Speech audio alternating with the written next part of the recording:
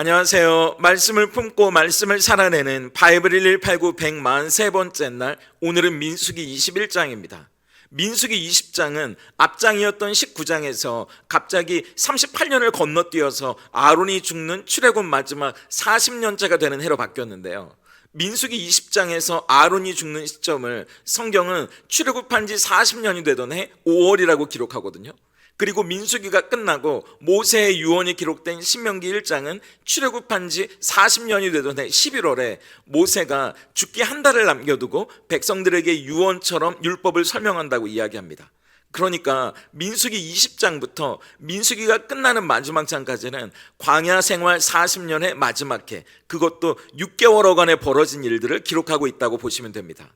21장은 크게 세 부분으로 나눌 수 있는데요. 첫 번째 부분인 1절부터 9절까지는 두 사건으로 되어 있습니다. 먼저 아론이 죽은 뒤에 에돔 주변에 머무르던 이스라엘이 가나안 남쪽 아랏이라는 지역의 왕과 싸워서 승리를 거두게 되는 사건이에요. 그곳은 사실 민수기 14장에서 가나안 정탐꾼의 보고로 겁이 나서 가나안에 못 가겠다고 했다가 하나님이 그럼 너희 1세대들은 다 그 땅에 못 들어가게 하겠다는 이야기를 듣고 뒤늦게 올라갔다가 가나안 족속에게 패했던 그 장소였는데요. 거기서 이번에는 하나님이 그들에게 승리를 안겨주십니다. 그런데 그 기쁨도 잠시, 이 기세를 몰아 에돔을 질러 가나안으로 바로 진격해 들어가면 좋겠는데 에돔 왕이 절대 안 된다고 막아서서 에돔을 돌아가야 했잖아요. 그러니까 백성들이 다시 원망하고 하나님께 불평하기 시작합니다. 그런데 그도 그럴 것이 4절에 이스라엘 백성들이 출발하는 호르사는 보시는 것처럼 사해의 남서쪽 이 삼각형 위치에 있는데요. 원래대로 하면 바로 오른쪽으로 난 초록색 도로로 가면 금방 갈 수 있는 거리입니다. 그런데 에돔의 반대로 빨간색 길로 저 아래까지 내려갔다가 다시 올라가는 길로 삥 돌아가게 된 거예요. 그러니까 이스라엘 백성들이 엄청 화가 나고 짜증을 낸 건데 이번에도 이스라엘 백성들은 선을 넘습니다. 왜 애굽에서 우리를 데리고 나와서 이 고생을 시키냐는 고정 레파토리에 이번에는 하나님이 주신 만나까지 진저리가 난다고 멸시하니까 하나님이 진노하셔서 그들에게 불뱀을 보내 물려 죽게 하십니다. 그러자 이번에도 모세가 백성들을 위해 백성들을 용서해달라고 기도합니다. 그러자 하나님은 놋으로 뱀을 만들라고, 그리고 그 놋으로 만든 뱀을 장대에 높이 달라고 이야기하십니다. 그리고 그것을 쳐다보는 자마다 살아날 거라고 말씀해 주시고 진짜 그 놋뱀을 바라보는 자마다 살아나는 일들이 생깁니다. 이어지는 10절부터 20절까지는 다시 시작된 이스라엘 광야 여정인데요. 불뱀에 물렸다가 놋뱀으로 살아난 이스라엘 백성들이어서 그런지 이번에는 비교적 순탄하고 질서 있게 진행하게 돼요. 저 아래까지 내려갔다가 다시 올라오는 길에 오봇이라는 곳을 지나서 모압 앞쪽 광야, 그리고 세렛 골짜기를 건너 모압과 아모리의 경계인 아르논강에 도착하게 되는데요. 하나님은 거기서 이스라엘 백성들에게 물을 주시는데 그곳 이름이 브엘이거든요. 거기서 이스라엘 백성들의 반응은 이전과 완전히 다릅니다. 이전에는 매번 물을 주시기도 전에 목이 마르다고 원망하고 불평했었는데 이번에는 노래하면서 하나님이 하실 일들을 기대하는 거예요. 우물물아 솟아나라, 그렇게 노래하면서 지도자의 지휘 아래 순종하고 우물을 파는 거죠. 예전에는 지도자들을 향해 돌을 던지고 험한 말을 일삼았던 이스라엘 백성들이 불뱀과 놋뱀 사건을 거치면서 그들의 심령 깊은 곳에 자리 잡았던 교만과 불신의 독이 좀 빠져나가고 있다는 걸 하나님은 보여주십니다. 그렇게 그들이 원망과 불평을 멈추고 하나님의 은혜를 기대하고 노래하니까 메마른 땅에서 샘물이 터지는 거예요. 그들의 강팍한 심령에도 찬양의 샘물이 터져납니다. 그렇게 하나님이 인도하시는 여정을 따라 비스가산 꼭대기에 도착했다고 이야기하는데요. 이 비스가산은 모세가 죽음을 맞이한 느보산의 한 봉우리를 이야기합니다. 그러니까 느보산과 비스가산은 같은 산이라고 보시면 됩니다. 마지막 21절부터 35절까지는 하나님의 전쟁, 이스라엘의 승리를 기록하는데요. 이제 40년간의 광야 생활을 마무리하고 가나안을 향해 가는 이스라엘 백성들 앞을 아모리 족속의 왕 시혼과 옥이 가로막게 돼요. 이전 같으면 그 군대 앞에서 우리는 메뚜기 같다고 주저앉았을지도 모르는데 가나안을 앞둔 이스라엘 백성들은 그때와 많이 달라져 있습니다. 에돔처럼 먼저 정중하게 아모리 족속에게 사신을 보내서 우리를 지나가게 해달라고 부탁했거든요. 그런데 오히려 그들이 군대를 데리고 먼저 이스라엘을 공격해 오니까 오히려 그들을 격퇴하고 이 아모리 땅을 점령하게 됩니다. 전쟁에서 이긴 후에 승리의 노래를 지어 부르게 되는데요. 고대의 전쟁은 신들의 전쟁이라고 여겨져서 각 족속이 섬기는 신들 중에 가장 강한 신을 섬기는 족속이 이긴다고 생각했는데, 이 강한 아모리 족속을 쳐서 이겼으니 여호와 하나님이 최고의 신이라는 노래를 부르는 거예요. 그리고 이 여세를 몰아서 더 위쪽으로 올라가서 야복강 너머의 바산 지역도 아모리 족속이 있었는데 거기는 옥이라는 왕이 다스리고 있었거든요. 하나님은 그 땅도 이스라엘에게 넘겼다고 말씀하시고 그 말씀대로 이스라엘이 이번에도 전쟁에 이기게 됩니다. 그래서 요단강 동편의 아모리 족속의 땅 거의 전부를 점령하게 되었다는 이야기로 민수기 21장이 마무리됩니다. 민수기 21장 후반부는 지난 40년 동안 광야에서 원망과 불평만 거듭하던 이스라엘 백성이 뭔가 달라지는 모습을 보여주거든요. 물이 부족한 상황에서도 오히려 하나님을 신뢰하고 찬양하는가 하면 거대한 적들 앞에서도 두려워하거나 겁에 질리지 않고 담대하게 전쟁에 임하는 모습을 보여줍니다. 이유는 두 가지예요. 첫째는 그들이 이제 하나님 앞에 순종하기 시작했다는 거고요. 둘째, 광야 40년의 마지막 해 이제 가나안으로 들어갈 하나님의 때가 가까워 왔기 때문입니다. 그럼 무슨 일을 계기로 그들이 하나님 앞에 순종하게 된 걸까요? 아까 우리가 살펴본 것처럼 21장 전반부에 나오는 불뱀과 놋뱀 사건을 경험했기 때문이에요.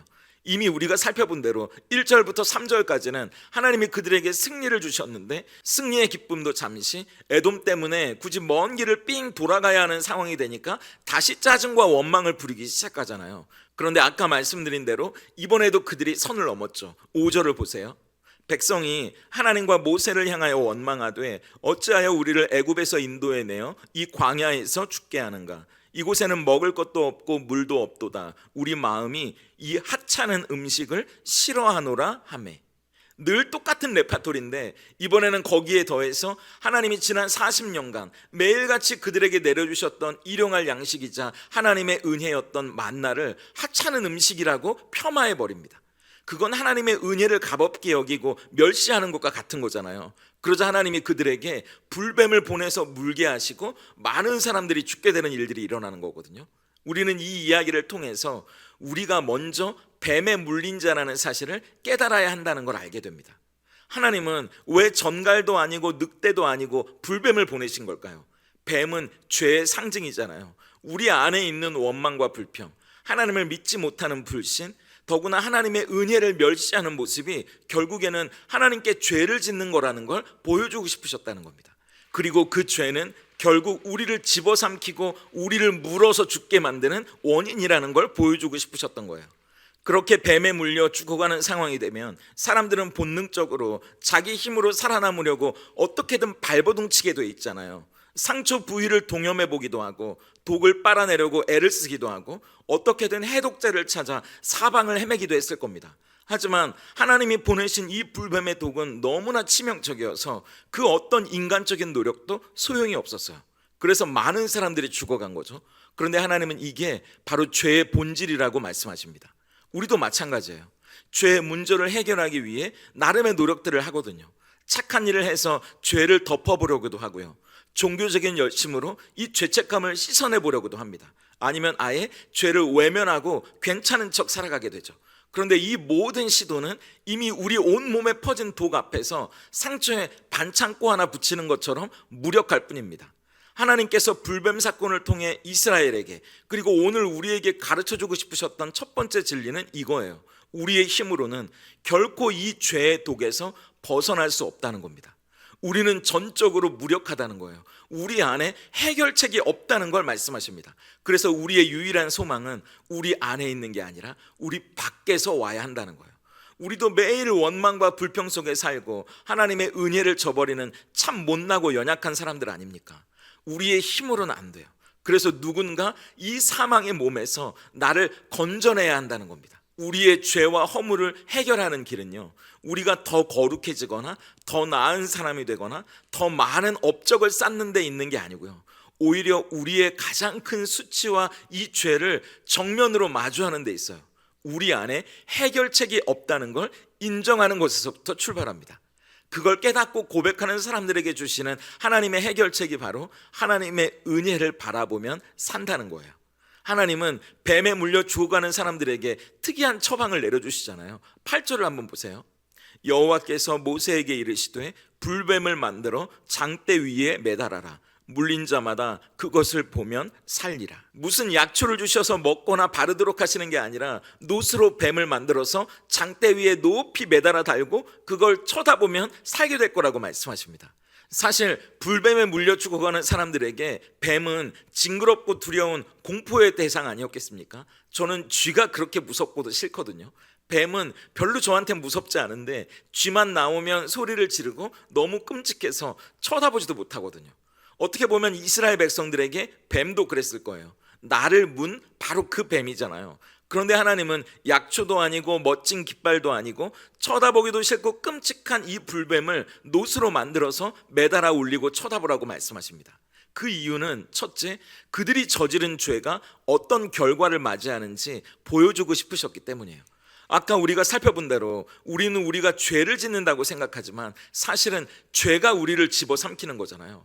원망과 불평과 멸시의 죄가 우리를 죽음으로 몰고 가는 거죠. 그런데 우리는 감히 대항할 수도 없고 이길 수도 없는 그 죄의 권세가 하나님의 능력 앞에선 힘을 잃고 심판을 받게 된다는 걸 우리에게 보여주시는 겁니다. 죄의 결과는 사망일 수밖에 없다는 것. 그래서 죄를 지은 자마다 하나님의 심판을 받아 장대 위에 달려 높이 들리게 될 거라는 걸 우리에게 보여주는 거죠. 그리고 둘째, 놋뱀 너머의 하나님의 사랑, 놋뱀 너머의 은혜를 바라보라는 거예요.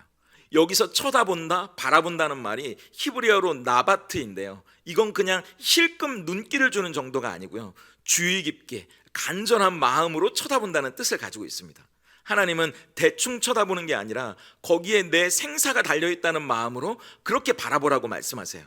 바라본다는 건 이성적으로는 이해할 수 없어도 내가 살고 죽는 것이 거기에 달려있다는 간절한 마음으로 하나님의 약속을 신뢰한다는 말이기도 하거든요. 우스꽝스러워 보일 수도 있었을 거예요. 하지만 하나님이 살리신다고 약속했다면 그걸 믿고 바라보는 겁니다. 그러면 살아나는 거예요. 사실 오늘을 사는 우리들은 하나님께 심판받는 죄의 상징 이 놋뱀이 사실은 십자가에 달리신 예수님을 가리킨다는 걸 알고 있습니다. 요한복음 3장 14절과 15절을 볼까요? 모세가 광야에서 뱀을 든 것 같이 인자도 들려야 하리니 이는 그를 믿는 자마다 영생을 얻게 하려 하심이니라. 예수님이 우리의 놋뱀이 되셨기 때문에 그 놋뱀을 바라본다는 건 그 예수님이 십자가에 달리셔서 우리를 살리시는 하나님의 약속이 되신다는 걸 우리가 마음으로 믿고 바라본다는 거잖아요. 그래서 갈라디아서 3장 13절도 보세요. 그리스도께서 우리를 위하여 저주를 받은 바 되사 율법의 저주에서 우리를 속량하셨으니 기록된 바 나무에 달린 자마다 저주 아래에 있는 자라 하였습니다. 예수님이 십자가에 달리셔서 친히 놋뱀이 되셔서 우리가 받아야 할 죄의 심판을 대신 받으셨어요. 그리고 예수님이 우리에게 은혜와 자비와 긍휼과 사랑을 이미 베풀어 주셨습니다. 세상은 십자가를 어리석고 부끄러운 것으로 여기죠. 왜냐하면 십자가는 저주와 심판의 상징이거든요. 그런데 하나님은 가장 수치스러운 그곳에 유일한 우리의 구원의 길, 영원한 생명의 길을 두셨다고 말씀하세요. 그게 바로 하나님의 지혜 아닙니까? 하나님의 복음 아닙니까? 그러니까 원망과 불평투성이었던 이스라엘을 변화시킨 건요, 불뱀에 대한 공포나 죽음의 위협이 아니었습니다. 그들을 죽이는 저주의 상징이 하나님의 은혜로 구원의 통로가 됐다는 이 역설적인 사랑을 그들이 경험했기 때문이에요. 그들은 자신의 힘이 아니라 하나님의 방법을 신뢰하고 바라볼 때 생명을 얻는다는 걸 온몸으로 배웠거든요. 이 경험이 그들로 하여금 원망과 불평의 자리를 떠나 찬양과 순종의 자리로 나아가게 만들어준 거 아닙니까? 우리도 마찬가지죠. 우리를 변화시키는 건요, 죄짓지 말아야지, 죄지면 안 돼, 이런 결심이나 강요가 아니고 날마다 나를 위해 나를 대신해 심판을 받으시고 죽음이 되신, 그래서 우리에게 사랑과 은혜를 베풀어 주신 십자가의 예수님을 바라보는 겁니다. 그럼 그 은혜가 너무 큰 거예요. 내 안에 불평과 불신의 독이 다시 스멀스멀 올라올 때마다 우리의 시선을 십자가에 고정하고 그 은혜를 다시 묵상할 때 우리는 비로소 광야를 이기고 약속의 땅을 향해 담대히 전진하는 하나님의 군사로 살아갈 수 있는 겁니다. 그렇기 때문에 우리에게 주어진 이 광야와도 같은 인생을 십자가를 바라보며 그 은혜 안에서 걸어가는 저와 여러분이 될 수 있길 소망합니다. 오늘 바이블 1189 적용입니다. 첫째, 하찮은 음식 속의 은혜 찾기예요. 이스라엘 백성들이 하찮은 음식이라고 불렀던 그 만나 때문에 그들이 40년을 살 수 있었던 거 아닙니까? 우리도 모르게 하찮은 음식이라고 여기고 있던 일상이 뭐였는지 한번 생각해 보세요. 매일 출근하는 직장, 힘들게 하는 아이들, 귀찮게 느껴지는 배우자의 잔소리도 하찮은 일상이 아니라 하나님의 은혜일 수 있습니다. 출근할 수 있는 직장을 주셔서 감사하고 아이들의 웃음소리가 집안에 가득하니 감사할 수 있는 거죠. 우리가 하찮게 여기는 일상 가운데 감사의 이유를 발견하는 오늘이 되면 좋겠습니다. 둘째, 나의 노뱀 바라보기예요. 이스라엘 백성들은 장대에 달린 자기의 수치, 자기의 죄, 그 노뱀을 바라봐야 살았습니다. 우리도 우리의 가장 큰 수치와 죄를 담당하신 십자가의 예수님께 내가 가장 숨기고 싶고 생각하기조차 부끄러운 나의 노뱀을 고백해 보면 어떨까요? 늘 나를 힘들게 하고 눌리게 만들고 죄책감에 사로잡히게 만드는 그 노뱀을 한번 예수님께 고백해 보세요. 그래서 그 죄의 권세에서 벗어나 예수님이 우리에게 주시는 참된 자유와 변화를 경험하게 해달라고 기도해 보시면 좋겠습니다. 함께 기도하겠습니다. 하나님이 우리에게 은혜로 주신 것들을 당연하게 여기며 오히려 부족한 것만 바라보고 내 뜻대로 되지 않은 것들에 원망과 불평을 쏟아냈던 우리의 모습을 되돌아봅니다. 더구나 하나님이 우리에게 주신 일상의 소중한 은혜들을 불평의 대상으로 삼았던 것도 고백합니다. 우리가 불뱀에 물려 죽어가던 사람이었음을 깨닫사오니 우리 안에 소망이 없고 오직 하나님의 은혜가 필요하다는 것을 인정하게 하시옵소서. 가장 어두운 절망 가운데 가장 밝은 소망의 빛을 준비하시는 하나님이시기에 우리를 위한 노뱀도 준비해 놓으셨음을 신뢰합니다. 하나님의 아들이 친히 노뱀이 되셔서 십자가에 달리사 우리의 죄를 담당하시고 대신 심판을 받으셨으니 그 십자가를 믿음으로 바라보게 하시고 그 십자가가 우리가 있어야 할 자리였음도 기억하게 하시옵소서.